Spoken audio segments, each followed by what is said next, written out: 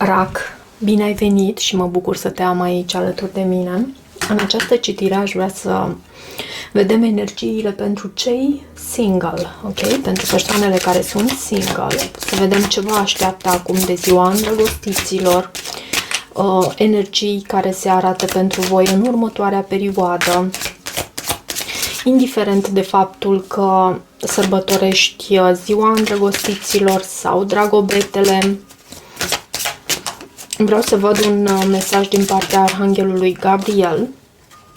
Vulnerabilitate, foarte frumos. Ascultă-ți acele sentimente vulnerabile, deoarece acestea conțin înțelepciune și inspirație. După aceea, roagă-te pentru putere și putere de concentrare pe prioritățile tale, indiferent de ce s-ar întâmpla. Foarte, foarte, foarte frumos. Autenticitate văd aici, iarăși la baza pachetului. Să rămâi autentică, să rămâi autentic și să ai încredere de asemenea că sinele tău real pe care Dumnezeu l-a creat într-un mod perfect are puterea și cunoașterea necesară pentru această situație. Rămâi cu această credință în sufletul tău. Crezi în continuare faptul că sinele tău real, pe care Dumnezeu l-a creat într-un mod divin perfect, are puterea și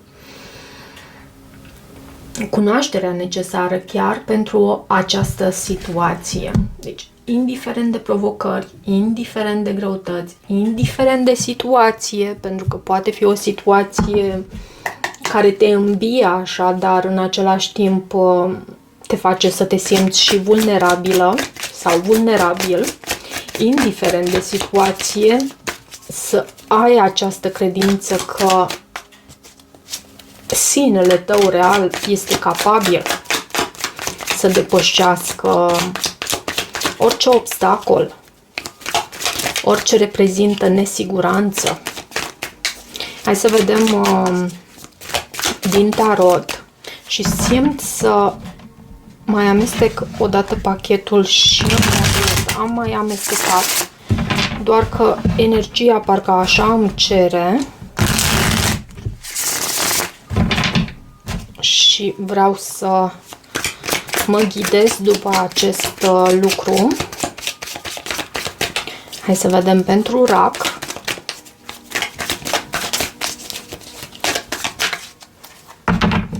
Ce energii avem aici pentru Rac? Ce are crucea celtică să îți transmită ție ca informație?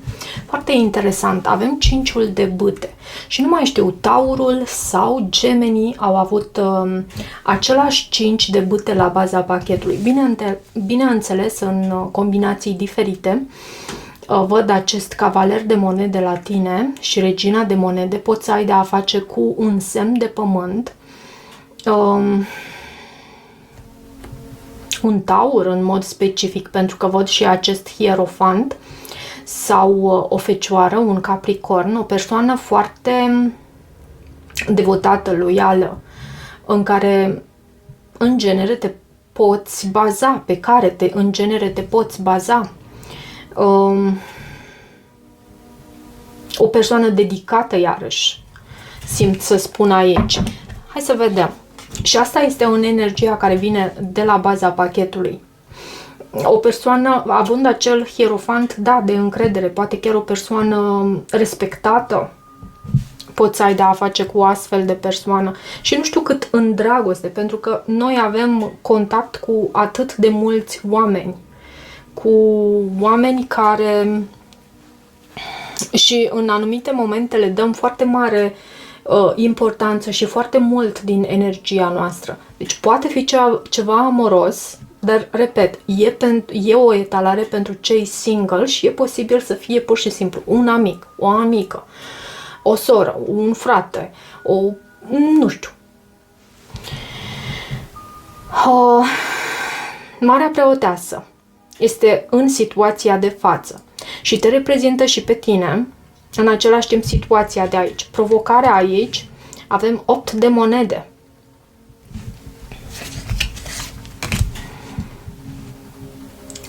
Trei de bâte, temperanța, eremitul, ok, destul de multe arcane majore, spânzuratul, o altă arcană majoră, 3 de monede,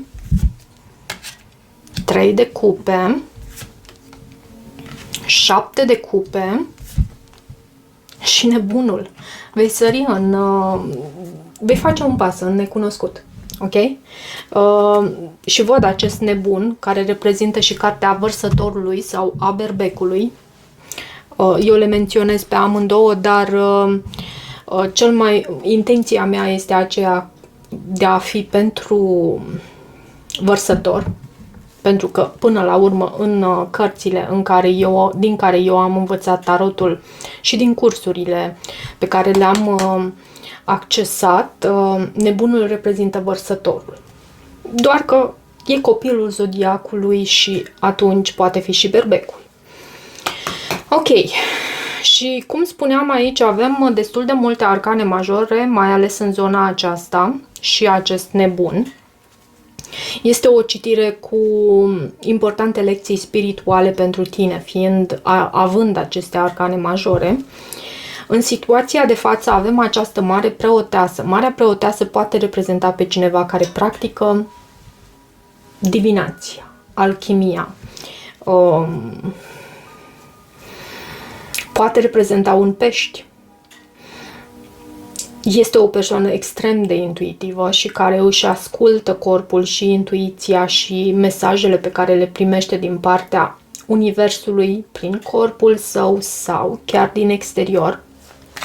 Ce este cu acest card, Marea Preoteasă, în situația de față? Ce avem aici? Văd un 6 de spade. Am să mai cer o dată. 6 de spade vorbește despre distanță. Spânzuratul. Poți să ai de a face cu un pești. Poți să ai de a face cu o persoană cu marcaje puternice în zodia pești. Însă acest spânzurat mai vorbește și despre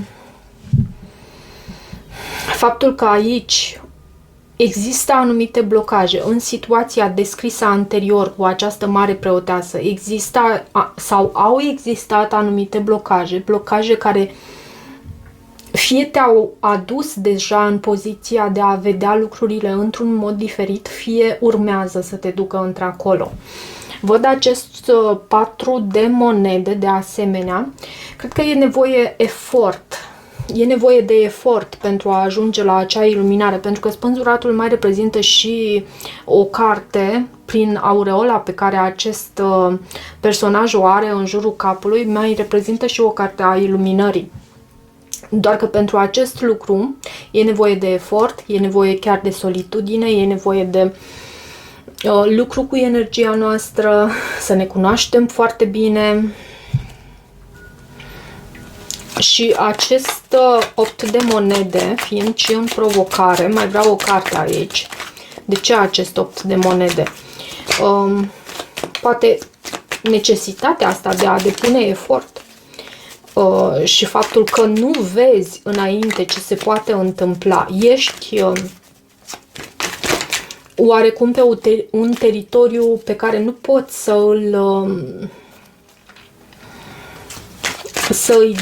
să-i faci previziuni pentru ceea ce urmează să se întâmple. De ce 8 de monede? De ce acest 8 de monede? 4 de spade. Îmi dă sentimentul că poate fi vorba și despre sesiunile tale de meditație, pentru că 4 de spade mai vorbește și despre așa ceva, dar fiind în această provocare, să știi că și avem 8 de monede, 4 de spade.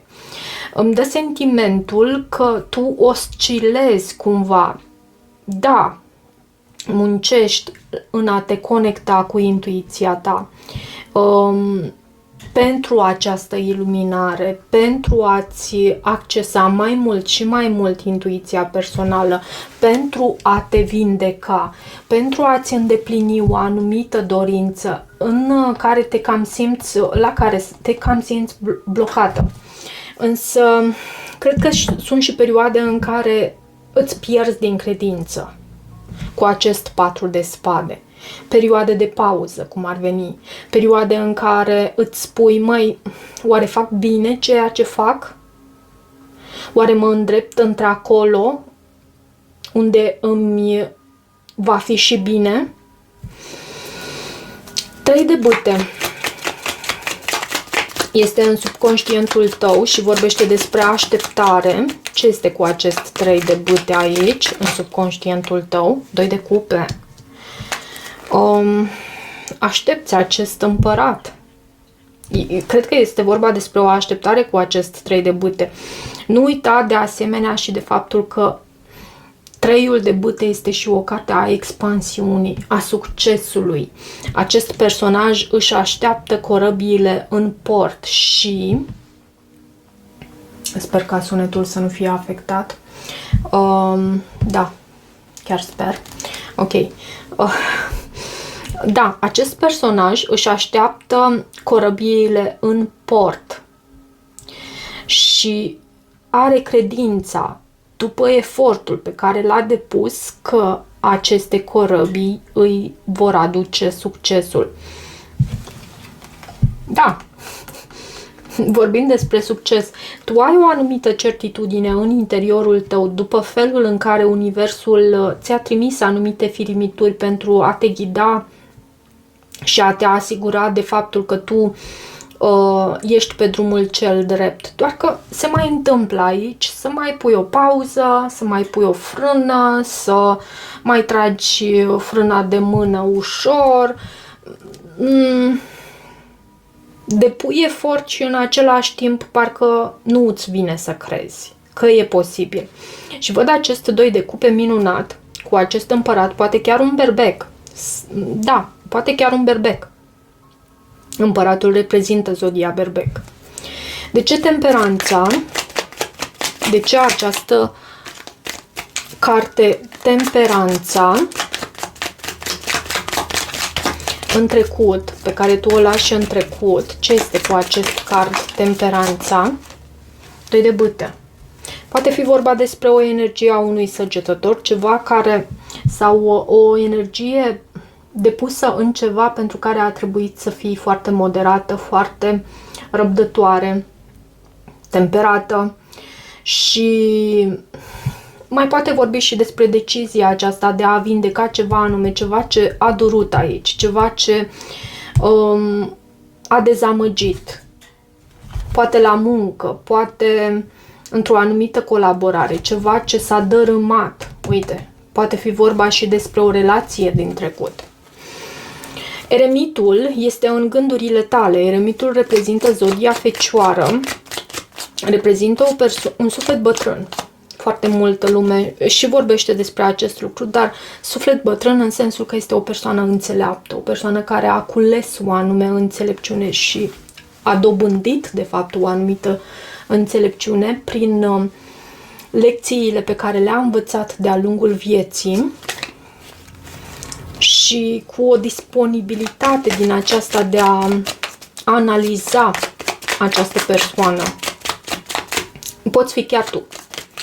De ce acest eremit în gândurile tale? De a gândi puterea poate fi vorba despre cineva la cuspida dintre leu fecioară. Văd acest card puterea.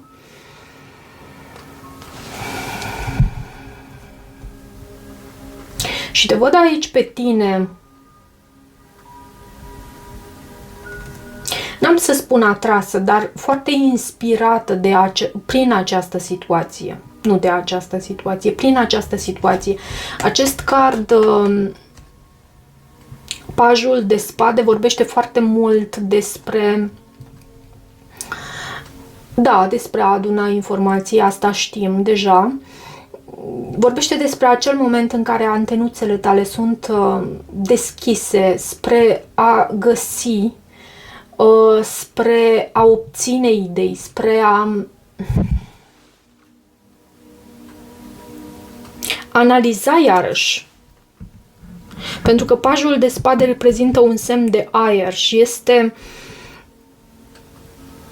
o persoană care gândește. Da, nu este la nivelul de maturitate al regelui de spade, nici nu căutam acest lucru. Este o persoană curioasă.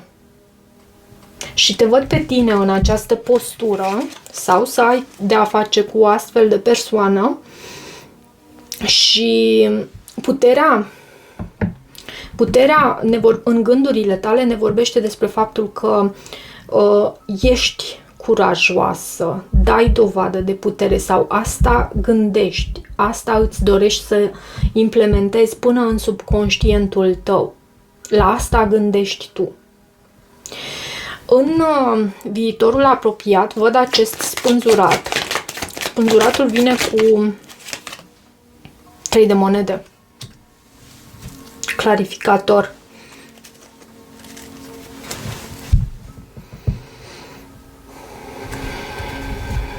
E ca un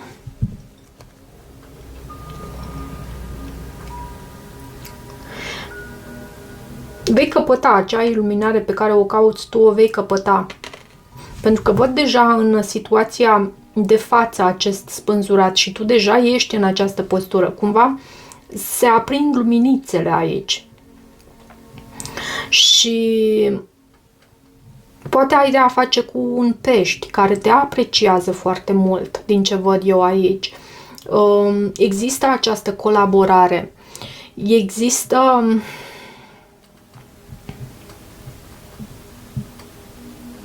și chiar această comunicare între, văd aceste 3 persoane care conlucrează, care lucrează împreună pentru a obține ceva mai măreț, ceva mai... și văd această apreciere și pasiune, apreciere din partea celorlalte 2 persoane și pasiune a acestui ucenic, a acestui personaj care implementează aceste proiecte ale personajelor ale arhitecților, să spunem așa mai pe scurt. Și 3-ul de monede îl avem aici și în sfatul pentru tine. De ce acest 3 de monede în sfatul pentru tine și în același timp și starea ta emoțională din această perioadă? De ce acest 3 de monede? Regele de cupe. Regele de cupe, să știi că te poate reprezenta pe tine, dar mai poate reprezenta și un alt semn de apă. Și vezi, tu ești regina de cupe. Sau, dacă ești bărbat aici și urmărești această citire, poți să fii regele de cupe și în care caz sfatul este să rămâi în energia ta, să rămâi echilibrat între minte și inimă, să dai dovadă de diplomație, să colaborezi. Pentru energiile feminine de aici, pentru cele de gen, pentru doamne, acest 3 de monede și regele de cupe împreună cu acest 5 de spade, nu știu de ce îmi dă sentimentul că poate să anunțe un trio. Există aici o persoană care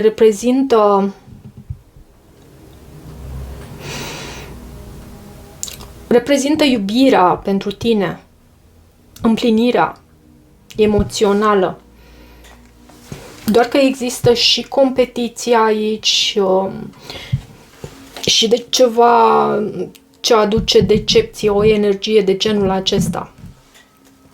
Și văd și 3 de cupe în energia care vine din exterior. Oameni bucuroși să te primească, să te vadă, să te aibă în preajmă. O reîntâlnire cu prietenii. Ce este cu acest 3 de cupe în energia care vine din exterior? 4 de monede.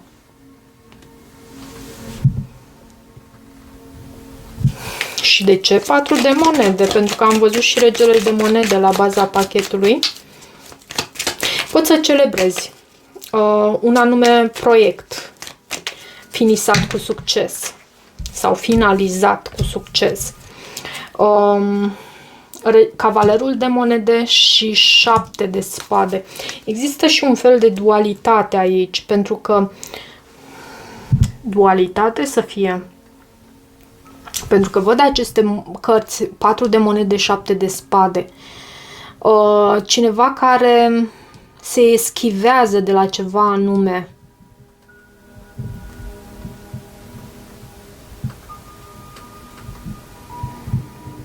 Da, 7 de spade este și cartea aceea a personajului care își vede propriul interes. Și poți să ai de a face cu astfel de energie.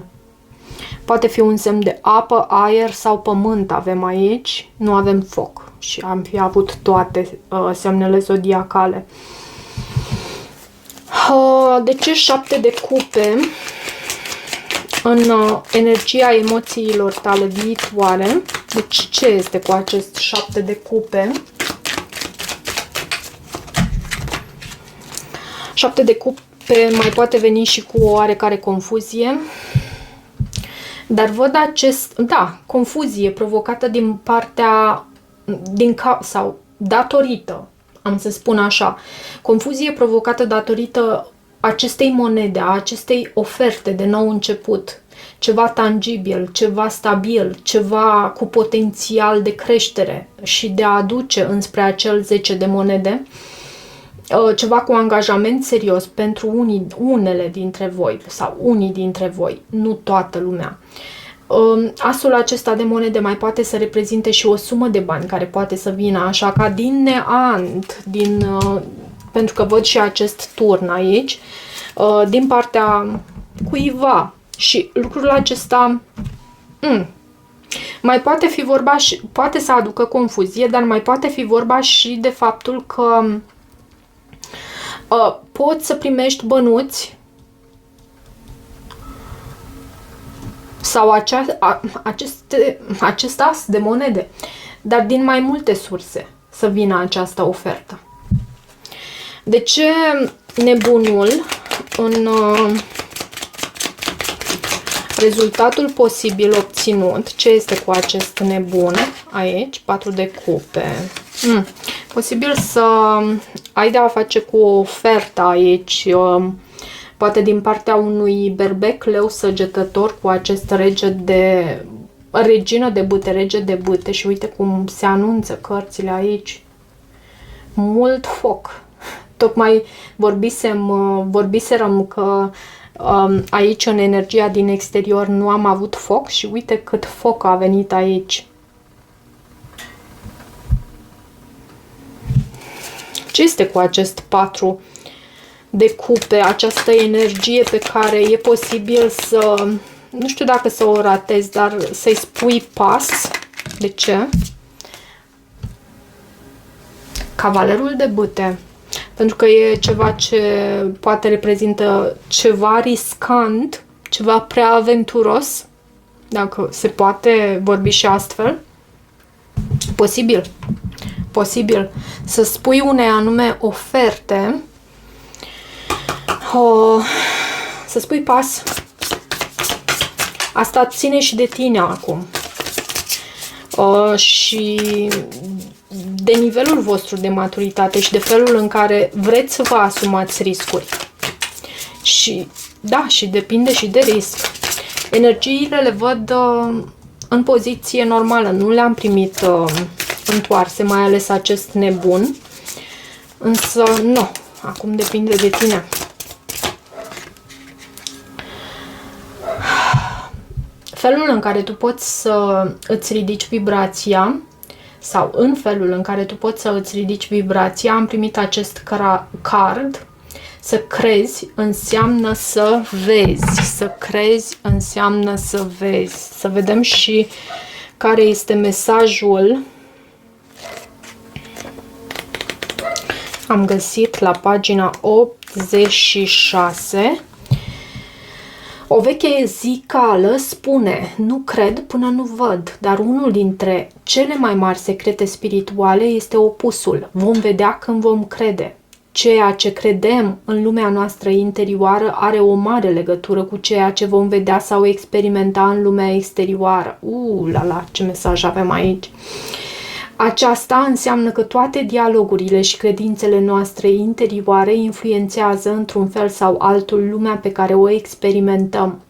Când această carte oracol vine la tine, ți se reamintește că ești co-creator puternic al lumii tale. Fiecare gând, sentiment, acțiune și lipsă de acțiune contribuie la câmpul de energie din jurul tău și la crearea realității pe care o experimentezi. Prin urmare, este important să creezi gânduri, visuri și idei care funcționează pentru tine într-un mod plin de iubire. Nu este vorba despre a controla universul, ci despre a-ți ridica vibrația. Astfel încât să poți co-crea o lume mai iubitoare și mai solidară pentru tine și toți cei din jurul tău. Țintește mai sus, gândește-te la ce vrei să experimentezi, imaginează-ți viața pe care ți-o dorești și află că o creezi. Vibrația acestui card, pe care poți să o folosești și ca afirmație atunci când îți amintești tu, voi vedea când voi crede. Voi vedea când voi crede.